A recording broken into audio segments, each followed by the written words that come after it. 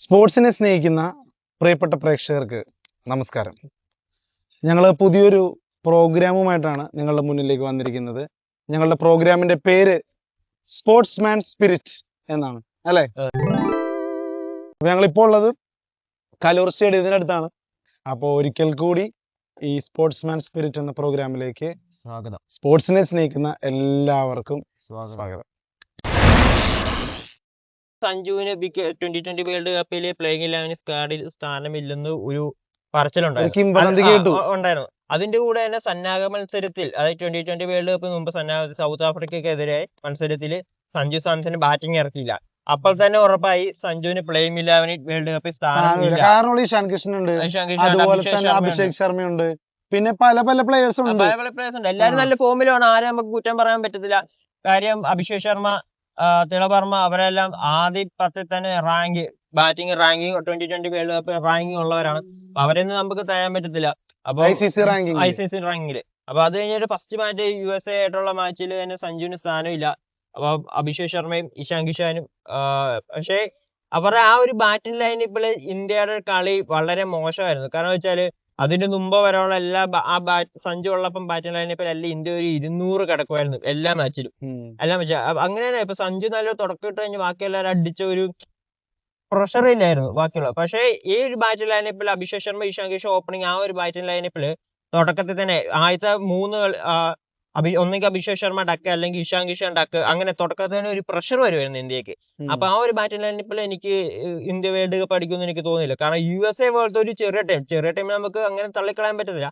എങ്കിൽ പോലും India experience ഇല്ലാത്ത, അപ്പൊ ആ ഒരു ബാറ്റിംഗ് ലൈനപ്പിൽ ഇന്ത്യയുടെ അത്ര 180 റണ്ണില് സൂര്യകുമാർ യാദവ് മാത്രമേ കളിച്ചുള്ളൂ, 83 റൺ. ആ ഒരു ഇതിലാണ് ഇന്ത്യ അന്ന് ജയിച്ചത്. അപ്പൊ ഒരു ബാറ്റിംഗ് സത്യം പറഞ്ഞാൽ അങ്ങനെ ഇപ്പൊ സെക്കൻഡ് കളി നമീബിയായിട്ട് അഭിഷേക് ശർമ്മയ്ക്ക് അസുഖം വന്ന സമയത്ത് സഞ്ജു സാംസൺ കളിച്ചു. ആ ഒരു 8 ബോൾ 22 റൺ, ആ ഒരു നല്ല തുടക്കം തന്നെ ഇന്ത്യക്ക് മുതൽക്കൂട്ടാക്കി. മനസ്സിലാക്കേണ്ടത് സഞ്ജു ശരിക്കും ഇറങ്ങുന്നത് തന്നെ ഹിറ്റ് ചെയ്യാൻ വേണ്ടിട്ടാണ്. അതായത് കോച്ചിന്റെ വ്യക്തമായിട്ടുള്ള, ഗൗതം ഗംഭീറിന്റെ വ്യക്തമായിട്ടുള്ള ഇൻസ്ട്രക്ഷൻ ഉണ്ട്, ഹിറ്റ് ചെയ്ത് കളിച്ചോ എന്നുള്ളത്. കാരണം കുറച്ച് ബോളിൽ ഏറ്റവും കൂടുതൽ റൺസ് അടിക്കാൻ വേണ്ടിട്ട് തന്നെ സഞ്ജു ഇറങ്ങുന്നത്. അതുകൊണ്ട് സഞ്ജുവിന് ഇങ്ങനെ മുട്ടി കളിക്കാനോ ശ്രദ്ധിച്ച് കളിക്കാനോ ഒരു 50 അടിക്കാൻ വേണ്ടി കളിക്കാനോ എന്നുള്ള ഒരു ഫ്രീഡം ഇല്ല. അതുകൊണ്ട് തന്നെ സഞ്ജു കയറുക, ഹിറ്റ് ചെയ്യുക, മാക്സിമം റൺസ് പവർ പ്ലേയിൽ ഉണ്ടാക്കുക. അതുകൊണ്ട് തന്നെ സഞ്ജുവിന്റെ ആ ഒരു സ്റ്റാർട്ട് എപ്പോഴും ടീമിന് ഗുണം ചെയ്യുന്നുണ്ട്. സഞ്ജു എപ്പോഴൊക്കെ അങ്ങനത്തെ സ്റ്റാർട്ട് കൊടുത്തിട്ടുണ്ടോ അപ്പോഴൊക്കെ ടീം ജയിച്ചിട്ടുണ്ട്, നല്ലൊരു സ്കോറിലോട്ട് ജയിച്ചിട്ടുണ്ട്. അത് മാത്രമല്ല, നേരത്തെ രോഹിത് ശർമ്മ ക്യാപ്റ്റൻ ആയിരുന്നപ്പോൾ ഓപ്പണിംഗ് ഇറങ്ങിയപ്പോൾ ഈ ഒരു ഇതിന് സഞ്ജു കളി എങ്ങനെയാണ് കളിച്ചുകൊണ്ടിരുന്നത് അങ്ങനെ തന്നെയാണ് കളിച്ചിരുന്നത്. തുടക്കം തന്നെ വന്ന് ബൗണ്ടറി 6 ഒക്കെ അടിക്കാൻ, ഒരു ചെറിയ സ്കോറിന് ഔട്ട് ആയപ്പോയെങ്കിലും തുടക്കം നല്ലൊരു പോസിറ്റീവ്. അതുകൊണ്ട് അങ്ങനെ ഒരു കിക്ക് സ്റ്റാർട്ടിന് വേണ്ടിയാണ് സഞ്ജുവിനെ ഇറക്കിയിരുന്നത്. പിന്നെ ഈ പറയുന്ന പോലെ സഞ്ജു ഒരുപാട് നിർഭാഗ്യങ്ങള് ഉണ്ട് എന്ന് പറയപ്പെടുന്ന ഒരു താരമായിരുന്നു. കാരണം ഒരുപാട് ടാലന്റ് ഉണ്ടായിട്ടും സഞ്ജുവിന് കറക്റ്റ് ആയിട്ട് അത് യൂട്ടിലൈസ് ചെയ്യാൻ പറ്റാനുള്ള ഭയങ്കര പ്രഷറിന്റെ ഇടയിലാണ് സഞ്ജു എപ്പോഴും കളിക്കുന്നത്.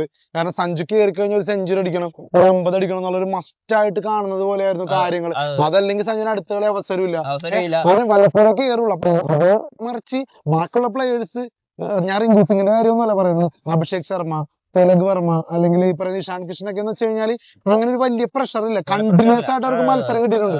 സഞ്ജുവിന് അങ്ങനെയല്ല, ഒരു സീരീസിലോ വല്ലതൊക്കെ സഞ്ജു ഫോം ഔട്ട് ആണെങ്കിൽ ഉടനെ തന്നെ റീപ്ലേസ്മെന്റ് ആളുണ്ട്.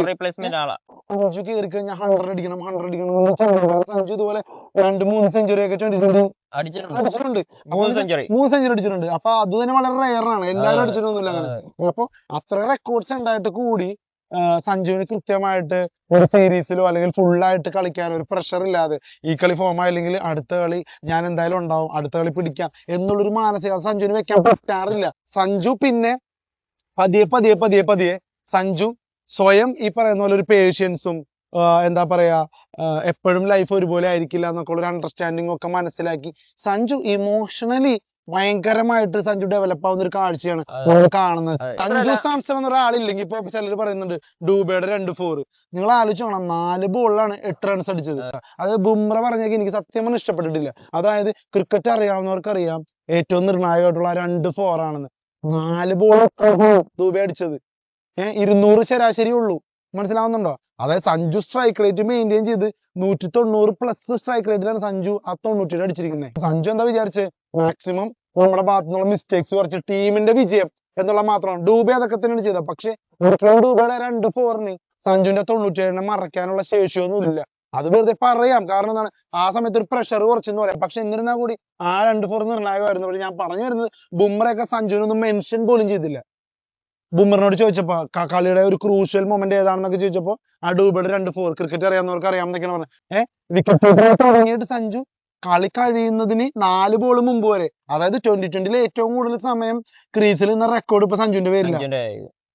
സഞ്ജുവിന്റെ പേരിലെ റെക്കോർഡ് 40 ഓവർ കളി. അത് വന്നിട്ടുണ്ട്. ഏറ്റവും കൂടുതൽ സമയം ക്രീസിൽ നിന്നതിന്റെ റെക്കോർഡ് ഇപ്പൊ സഞ്ജുവിന്റെ പേരില്ല.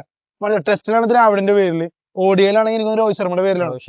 നമ്മളെല്ലാ സഞ്ജു ഫാൻസും എല്ലാവരും ആഗ്രഹിച്ചിരുന്നതാണ്. അതായത് വിമർശകർക്കുള്ള ഇതിനും വലിയൊരു മറുപടി ഇനി സ്വപ്നങ്ങളിൽ മാത്രമാണ്. കാരണം നമ്മളെല്ലാവരും ആഗ്രഹിച്ചിരുന്നതാണ്. സഞ്ജു സെഞ്ചുറി അടിച്ചിട്ടുണ്ട്, 50 അടിച്ചിട്ടുണ്ട്, എല്ലാം ചെയ്തിട്ടുണ്ട്. പക്ഷെ ഒരു ഫിനിഷ് ചെയ്ത് വിരാട് കോഹ്ലി പോലെ, രോഹിത് ശർമ്മയൊക്കെ പോലെ അങ്ങനത്തെ ഒരു കളിയൊക്കെ നമ്മള് കഴിഞ്ഞ കളി കാണാനും പറ്റിയത്.